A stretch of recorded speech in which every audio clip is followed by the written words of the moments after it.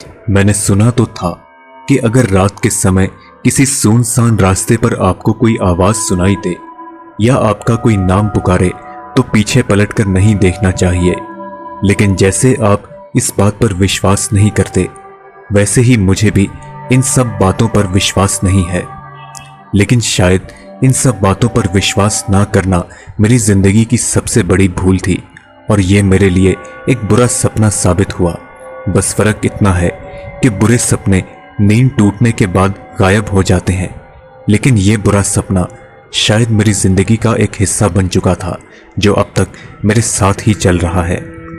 मेरी best friend की शादी थी और हम सभी दोस्त उसकी शादी में जाने के लिए तैयार थे। नीलेश और मेरी पहचान कॉलेज के समय हुई थी।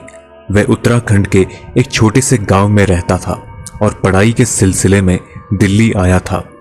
जॉब में व्यस्त होने के चलते हम में से कोई भी उसकी शादी के लिए जल्दी नहीं पहुंच पाया। शादी के जस्ट 2 दिन पहले ही हम सभी कॉलेज के दोस्तों ने एक मिनी बस बुक करवाई और शाम के समय ही उत्तराखंड के लिए निकल पड़े। रात के करीब 10 बजे हम सभी को जोरों की भूख लगने लगी। रास्ते में कोई अच्छी जगह ना मिल पाने के कारण हमने थोड़ा और दूर जाने की सोची।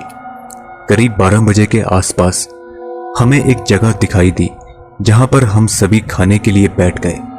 खाना खाकर कुछ दूर चले ही थे कि हमारी बस खराब हो गई, और वो भी एक ऐसी जगह जहां आसपास सिवाय अंधेरे के और कुछ नजर नहीं आता।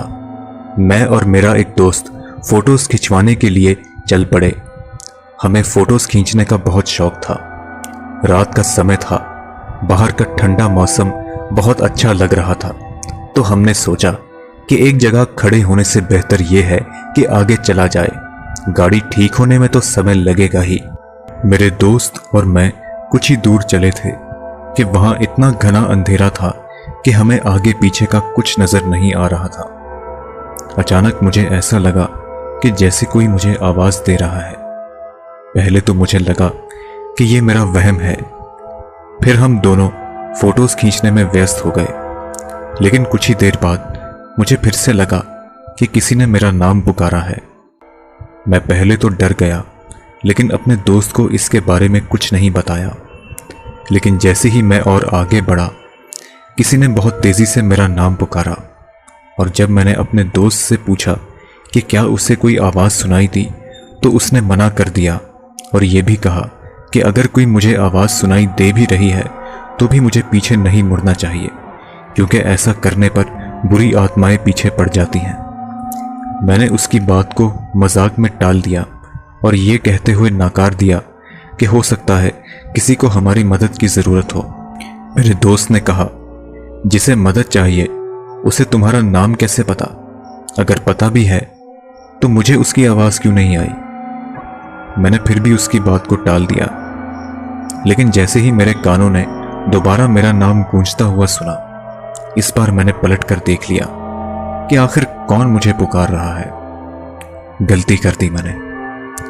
उस दिन के बाद तो जैसे मेरा जीवन पूरी तरह उलट पुलट हो गया। समय के साथ साथ जिंदगी नरक से भी बदतर होती गई। घर में अक्सर तनाव भरा माहौल बना रहता है।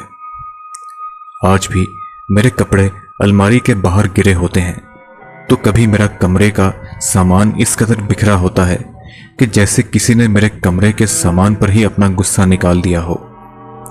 ऐसा लगता है कोई मुझ पर 24 घंटे नजर रखता है।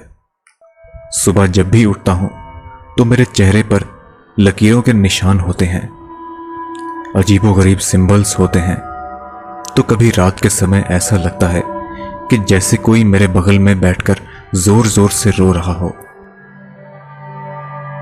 दोस्तों, आप मेरे इंस्टाग्राम अकाउंट पर मुझे फॉलो कर सकते हैं, जहां पर आप मुझे पर्सनली मैसेज भी कर सकते हैं।